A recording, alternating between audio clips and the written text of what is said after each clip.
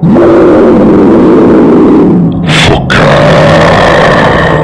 canal do Hombre Lobo.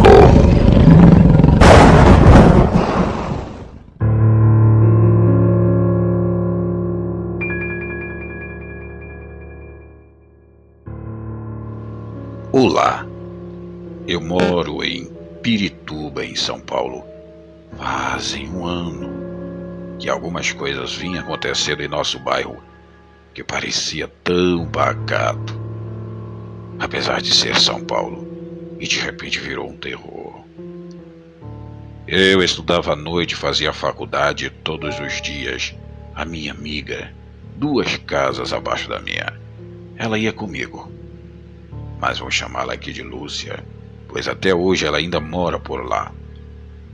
Era o ano de 1998. Tudo ia bem em nossas vidas, até que em frente em casa tinha uma casa para alugar.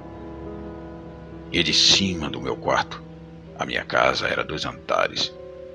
E eu observei e vi chegar um caminhão com alguns móveis.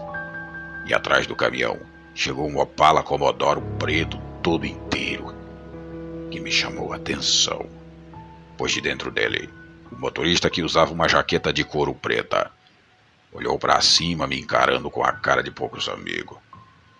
Eu fechei a janela e comentei com a minha mãe sobre aquele vizinho.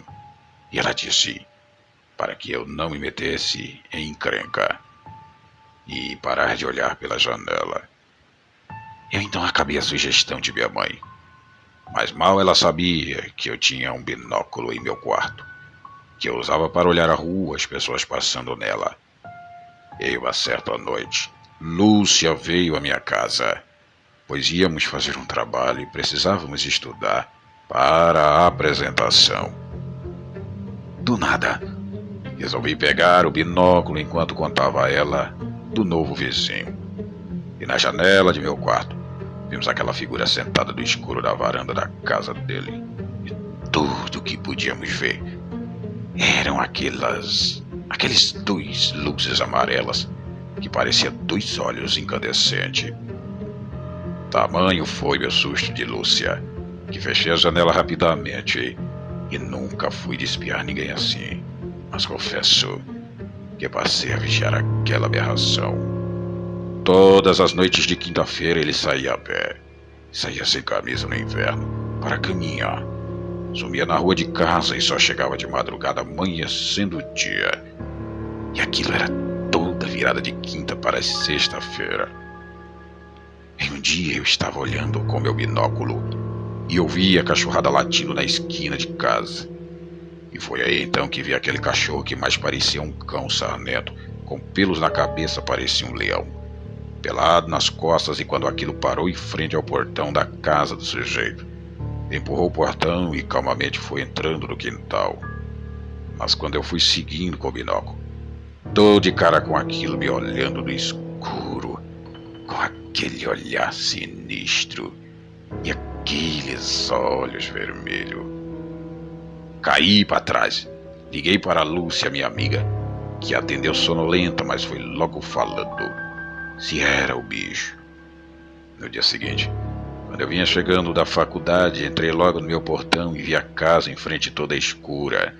Quando me viram para a porta de casa, meu amigo, quase infartei ao dar de cara com aquele vizinho, sentado na minha varanda no escuro. Então ele olhou para mim e disse: "Boa noite." Congelado no alpendre da porta, eu fiquei sem reação. E ele disse: "Pare de me bisbilhotar. Eu não vou avisar novamente, entendeu?" Eu somente balancei com a cabeça que sim, e ele soltou um rosnado e seus olhos mudaram de cor. Quase me urinei todo nas calças e ele deu um pulo chegando no portão e, olhando para mim com aquele olhar sinistro, saltou o portão que era baixo, atravessando a rua, e depois foi subindo uma floreira do lado da casa dele, como um gato, e entrou na janela do quarto e sumiu lá para dentro. Contei para minha amiga, que Queria avisar a polícia, mas meu medo era tanto que eu não deixei. Passei a noite acordado com a sensação de que estava sendo observado. Vi o dia amanhecer espiando pela veneziana a escuridão do lado de lá. No dia seguinte era sábado. E eu vi um barulhinho na rua e fui ver quem é que estava lá. Um caminhão de mudança carregando a mudança da besta fera. Ele estava ajudando a carregar. E ao saírem, ele olhou para cima de dentro do carro, deu um sorriso macabro e acenou para mim fazendo um sinal que indicava que estava de olho em mim. Foi embora, graças a Deus. Passado então 2 dias, bateram em minha porta, eram umas 8 horas da noite. Eu já me emborrando fui atender. Era o dono da casa em frente que veio me perguntar se eu tinha amizade com aquele rapaz que estava alugado a casa em frente. Eu disse que não era. E por que estava ali perguntando? Então ele disse que o cara havia levado em 5 tiros no bairro vizinho, à beira de um matagal, e foi achado nu. E infelizmente ele morreu na hora. Perplexo, ouvi aquilo e perguntei se ele sabia de onde ele era ou o nome dele. Mas ele, o proprietário, disse que ele não tinha documentos nem nada, nem parentes e nem ninguém. Me senti tentado a contar o que eu sabia, mas confesso que tive receio de ser internado como louco. Então ali mesmo eu me calei. Às vezes olho para a casa em frente e sinto um calafrio danado. Pois ali ainda tenho aquela impressão que aquele ser ainda está lá me observando. Ainda tenho pesadelos com aquilo que vivi. Mas sei agora que esses bichos estão entre nós e que pode ser até seu vizinho. Nunca mais vi nada desses bichos. Mas já ouvi relatos de gente que já viu essas bestas fera por aí. É o cuidado que temos que tomar. Obrigado por contar essa minha história.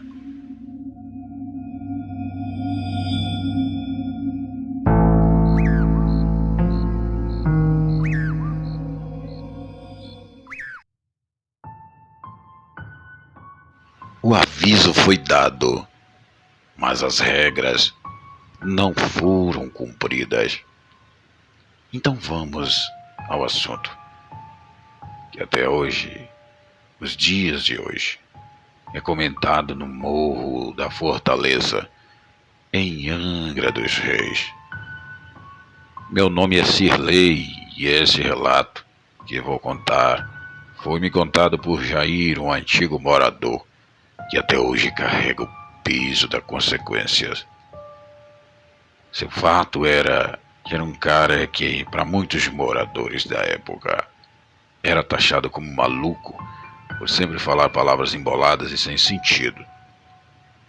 Um cara com atitudes estranhas, que tinha hábitos de tomar cachaça oferecida para os santos, pegar birras de cigarro da rua. Um cara para lá de bizarro. Porém, quando estava em seu estado normal, era um homem prestativo, que fazia bicos de carregar material de construção morro acima. Cara trabalhadora toda a vida. Porém tinha o hábito de dizer que dentro da sua casa via um lobisomem de vez em quando andando na subida do morro. Isso sempre em épocas de quaresma. Todos daquela época zombavam dele, mas ele sempre dizia: não fiquem dando mole de madrugada na rua, pois uma hora vocês vão ver esse animal lá. Mas como ainda tem pessoas que duvidam desse ser dos infernos, o povo não dá credibilidade. Mas então, certa vez, ele pegou uma terrível doença de pele que o levou à sua vida, deixando muitos moradores tristes, pois além de suas loucuras, como todos diziam, era um homem prestativo. E em 1984, houve um tempo farto de pesca de sardinha, o que gerou muito trabalho. Há muitos moradores da fortaleza, pois o bairro fica perto do cais da pesca. Mas um certo dia, Jaime, Rafael e Gustavo pegaram um trampo extra na fábrica de peixe. Ficaram quase a madrugada toda trabalhando e por volta das 2 horas da manhã, assim que acabou o expediente, tomaram umas pingas e comeram os peixes fritos antes de subir o morro. Ficaram batendo papo e por volta das 3 horas começou a trovejar e eles então resolveram ir embora. Mas a forte chuva o pegou no caminho. Mas mesmo assim, eles encararam a chuva e subiram ao morro. E de repente, Jaime ouviu um uivo bem longe. Comentou com os amigos Gustavo e Rafael, que infelizmente zombaram dele dizendo que o Fausto morreu e deixou um discípulo. Mas a resposta veio a cavalo. De repente um uivo forte entre as trovoadas surgiu e todos ali ficaram tensos. De repente, um lobisomem apareceu subindo as escadas do morro, o que fez com que eles começassem a correr gritando morro acima. Seu Jair, vendo aqueles gritos, pegou um facão, abriu o portão para ver o que era. Foi a pior coisa que ele fez. De repente, aquela criatura feroz com sangue nos olhos partiu com tudo para cima dele, os dando várias patadas no seu tórax e sua cabeça, os derrubando e, por sua sorte, seu Valério saiu dando tiros para cima daquele demônio que desceu escada fora e disparada. Seu Jair, por sorte, teve vários ferimentos leves com apenas 2 cortes profundos na cara que o havia deixado cego de uma vista.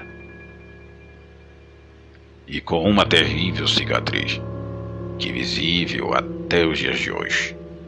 Aquele animal possivelmente não fez mais vítimas por causa da valentia de seu Jair, que praticamente salvou a vida daqueles 3 trabalhadores. Hoje em dia, o Morro da Fortaleza é povoado. Mas e essa história? Na época que aconteceu, foi o pavor total.